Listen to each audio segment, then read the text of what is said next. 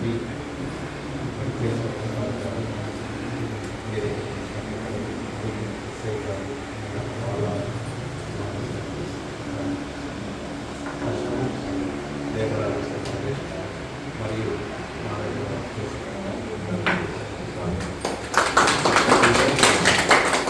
మనం ఒక శుభదినంగా అనుకోవచ్చు. आज के बहुत अच्छा दिन है, समझ होता है फिर हिंदी में बोलते हैं। क्यों ना हम इस विश्वास से तेलुगु में बोलते हैं फिर हिंदी में। न्याय कोविदुడు, న్యాయ సంరక్షకుడు, ధర్మవరం న్యాయంగా పరిపాలించే గొప్ప వ్యక్తి ముందర మనం ఈరోజు కూర్చోవడం అనేది చాలా గొప్ప విషయం. నిజంగా అదృష్టపడుతున్నాం. మరొకసారి మనం ఏ విధంగా నడుచుకోవాలి, ఒక కార్మికుడు యజమాని ఏ విధంగా ఉండాలి, మన దగ్గర అనుసంధానం చేసి ఉత్పత్తిని పెంచి భారతదేశ ఆర్థిక వ్యవస్థను అభివృద్ధి చేయడానికి పాల్పడుతున్నందుకు పెద్దలకు, లేబర్ ఆఫీసర్ గారికి, అందుకు పాల్పడుతున్న మన సివిల్ సీనియర్ జడ్జి గారికి నమస్కారం. ఈ అభివృద్ధిలో భాగంగా మనం ఎలా చేయాలి, ఏ విధంగా నడుచుకోవాలనే దానికి సూచనలు ఇవ్వడానికి సార్ మేము ఇదివరకు లేబర్కు పూర్తిగా 10 గంటలు పనిని కల్పిస్తున్నాము. వారి సరైన సమయంలో మెటీరియల్ వర్క్ కల్పిస్తున్నాము. వారికి కావాల్సిన ఇన్సూరెన్స్ కూడా మేము చేపించి పెట్టాము. పిఎఫ్లు, జిఎఫ్లు అనేవి కూడా ఈసీలు కూడా మా లేబర్ ఆఫీస్ గారి దగ్గర నుండి ప్రతి నెల చేసుకుంటున్నారు. అందులో భాగంగా క్వార్టర్స్ కూడా శాశ్వత గృహ నిర్మాణం చేసి 154 వీళ్ళకి అందించడం జరిగింది. ఇది ఇంకా మీ సూచనల మేరకు మేము ఏ విధంగా చేయాలి, ఏ విధంగా చేస్తే మా వ్యవస్థ, మా కార్మికులు మేమంతా బాగుంటాము, మీ సలహాలు చెప్తే మేము తప్పకుండా పాటిస్తామని సవినయంగా కోరుకుంటున్నాం సార్. ధన్యవాదాలు.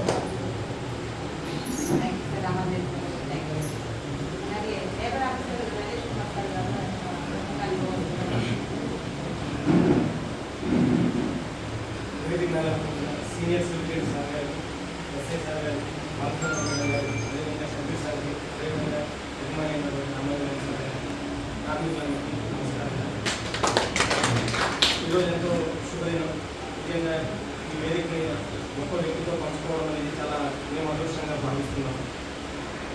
కార్మికులకు చెందినటువంటి హక్కులు, చట్టాలు ఇదివరకే బాలసుబ్రహ్మణ్యం గారు చాలా వివరంగా మీ అందరికీ తెలియజేయడం జరిగింది.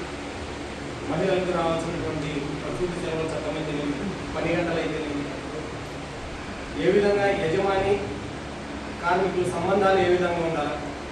ఎందుకంటే యజమాని ఉంటే కార్మికులు ఉంటారు, కార్మికులు ఉంటేనే యజమాని కూడా బాగుంటారు. ఈ సంబంధాల గురించి బాలసుబ్రహ్మణ్యం గారు ఆల్రెడీ చెప్తున్నారు. మీరు కూడా అదే విధంగా నడుచుకోవాలి. ఏదైనా సమస్య ఉంటే బయటికి వెళ్ళకుండా ఓనర్తోనే చర్చించి చేసుకుంటే సమస్య ఈజీగా సాల్వేషన్ అవుతుంది అనేది మా అభిప్రాయం. ఇంకో విషయం ఏంటంటే, ఇటీవల కేంద్ర ప్రభుత్వం చిన్న పథకం ఉందండి. చిన్న పథకం కాదు, పెద్ద పథకం.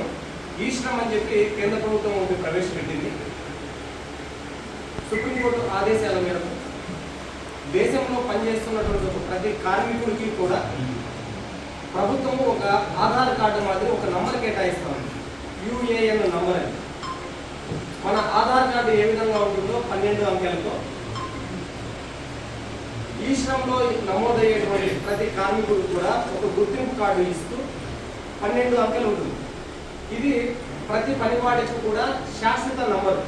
మనకు ఆధార్ కార్డు ఏ విధంగా, మన ఇంటి అడ్రస్ ఏ విధంగా ఉంటుందో మనకు ఈ శ్రమ్ అనేది 12 అంకెలతో కూడినటువంటి ఒక పర్మనెంట్ నంబర్. భవిష్యత్తులో ప్రభుత్వ పథకాలు ఏదైనా రావాలన్నా, ఎటువంటి ఏ సెక్టార్లో కార్మికులు ఎంతమంది ఉన్నారో ప్రభుత్వం తెలుసుకోవాలన్నా, ప్రభుత్వ పథకాలు అమలు చేయాలన్న ఉద్దేశంతో ఒక డేటాని కేంద్ర ప్రభుత్వం అనేది సేకరిస్తూ ఉంది. అందుకోసం ప్రతి ఒక్కరికి కూడా ఒక యుఏఎన్ నంబర్ అనేది అలాట్ చేస్తూ ఉంది. దీనివల్ల కార్మికుల ఉపయోగం ఏంటంటే, ఇది పూర్తిగా ఉచితమైనటువంటి కార్యక్రమం ఐడి కార్డు. దీనివల్ల ఎవరైనా యాక్సిడెంటల్గా మరణిస్తే కార్మికుడు కానీ కార్మికురాలు కానీ 16 నుంచి 59 సంవత్సరాల మధ్య ఉన్నవారు 2 లక్షల రూపాయలు ఉచితంగా బీమా అనేది కల్పించబడుతుంది. ప్రధానమంత్రి సురక్ష బీమా యోజన కింద 2 లక్షల రూపాయలు ఉచితంగా ప్రభుత్వం అనేది ఇస్తుంది, యాక్సిడెంటల్ ఇన్సూరెన్స్. అదేవిధంగా శాశ్వతంగా అంగవైకల్యం పొందినా కూడా 2 లక్షల రూపాయలు ఇస్తుంది. పాక్షిక అంగవైకల్యం పొందిన 1 లక్ష రూపాయలు ఇస్తుంది. ఇదివరకే ధర్మవరంలో చాలా మందికి వార్డు సచివాలయం ద్వారా మేము చేయడం జరిగింది. ఇంకా చాలా మంది మిగిలిపోయిన వాళ్ళు ఉన్నారు. వీళ్ళ కోసం మేము స్పెషల్ డ్రైవ్ నేను కండక్ట్ చేస్తున్నాం సార్, మున్సిపల్ సచివాలయం వాళ్ళతో కోఆర్డినేట్ చేసుకుని. ఇంకా మిగిలిపోయిన ఎవరైనా ఉంటే మీరు ఇక్కడ ఉండగలిగితే మేమే వచ్చి మీ అందరికీ ఈ శ్రమ్లో ఎన్రోల్ చేసి కార్డులు ఇష్యూ చేస్తాము. అది మేము సర్కార్తో సంప్రదించి ఆ ఈ శ్రమ్ కార్డు అనేది ఇప్పిస్తాము. డబ్బు కట్టే పని లేదు, फ्री ई श्रम कार्ड है पूरा फ्री है, सेंट्रल गवर्नमेंट का स्कीम है, पूरा फ्री है, वो पैसे नहीं चाहिए। एक आधार कार्ड, आपका मोबाइल नंबर चाहिए, वो OTP आता है, OTP नंबर लिखने के बाद वो कार्ड जनरेट होता है। Thank you. ఈ అవకాశం ఇచ్చినందుకు అందరికీ ధన్యవాదాలు।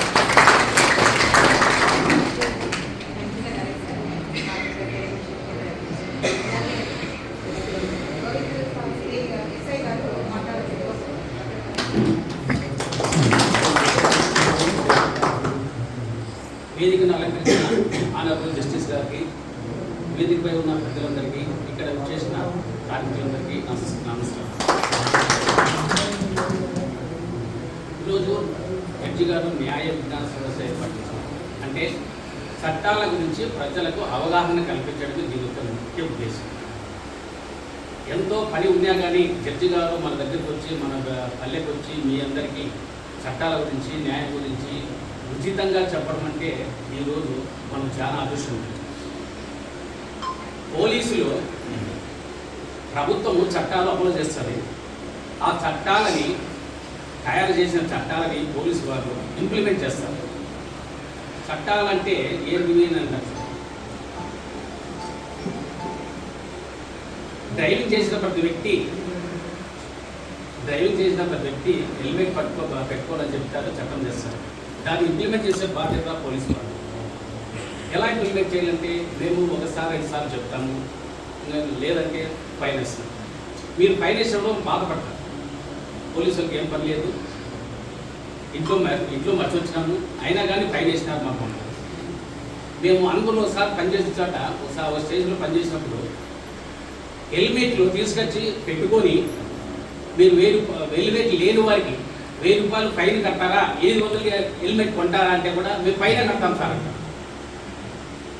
అయ్యా 800కే మీకు హెల్మెట్ వస్తూ ఉంది, మీరు తీసుకోండి, ఉంటుందంటే లేదు సార్ మా ఇంట్లో ఉంది, మర్చి వచ్చినా సార్ నేను అంటారు. మీకు అప్పుడు తెలియదండి, హెల్మెట్ గురించి అప్పుడు తెలుసు.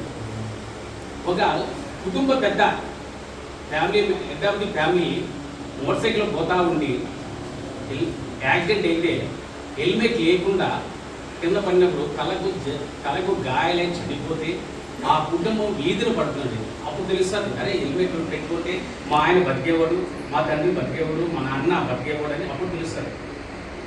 మేము ఎండలో రోడ్డు మీద నిలబడి హెల్మెట్ పెట్టుకొని ఎన్నిసార్లు చెప్పినా కూడా మీరు హెల్మెట్ పెట్టుకోండి. వీళ్ళకేం పనులు లేవు ఇంట్లోనూ, ఇటుకు వచ్చి ఎండలో నిలబడి బాగా సదాయిస్తున్నారు, బాగా ఎండలో ఉంటున్నారు అని చెప్తారు. కాబట్టి దయచేసి మీరు పిల్లలకి బండి డ్రైవింగ్ చేసే ప్రతి ఒక్కరు కూడా హెల్మెట్